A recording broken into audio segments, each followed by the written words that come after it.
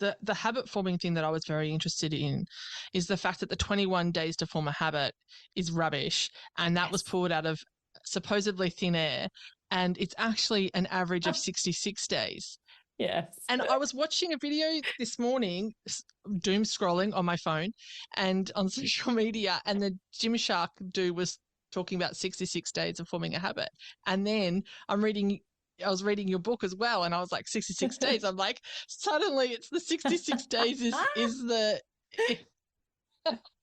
yours is obviously formed on science, but I found that really interesting. It's 66 on average. So there was an average of 18 days to 8 months, but 66 days is the average.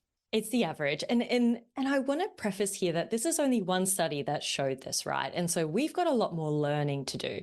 We do have other evidence, to show that it might take someone 3 to 4 months to create a new habit, which is sort of around like that, 10 weeks is 66 days. So yes, it's an average. Now you can hack the system, because the easier the habit is. I'm writing this down. How do I hack? Right. Let's hack. All right. I'm all for a I love this. shortcut. Look, if you're anything like me, you're like, I don't want my habits to have happened tomorrow. Like, I'd want to wake up and just have them there, please. I don't want to wait. Magic wand.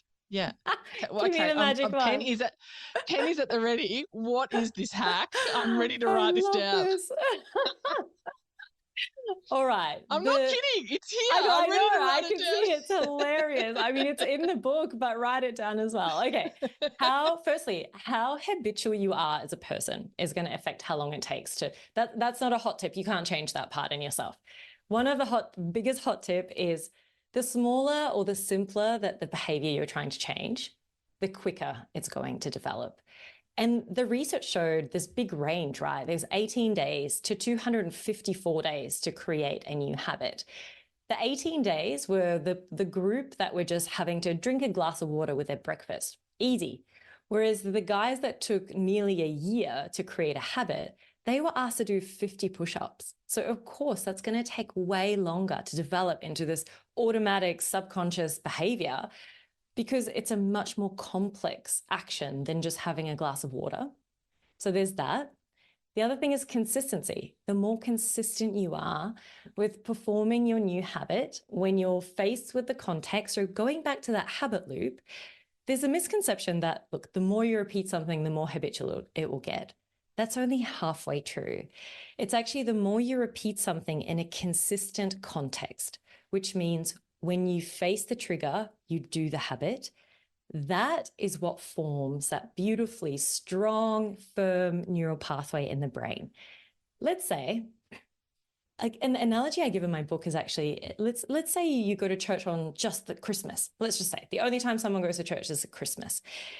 And that only comes around once a year. It's not even something that you have to do all the time. It's just once a year. But say you've done that 3 years in a row, and then the 4th year comes along and you do something else at Christmas rather than go to church. Your brain is like, oh, I thought Christmas equals church, and now I'm not actually sure what we do. So then the year after that, there's a choice rather than an automatic habit. It's Christmas time, but that neural pathway in my brain's not that strong, so I don't really know what we do now. Whereas if you consistently do the habit in response to the trigger, your brain's like, yep, cue routine, cue routine, cue routine, and it becomes a really nice, firm neural pathway, and it creates the habit quicker.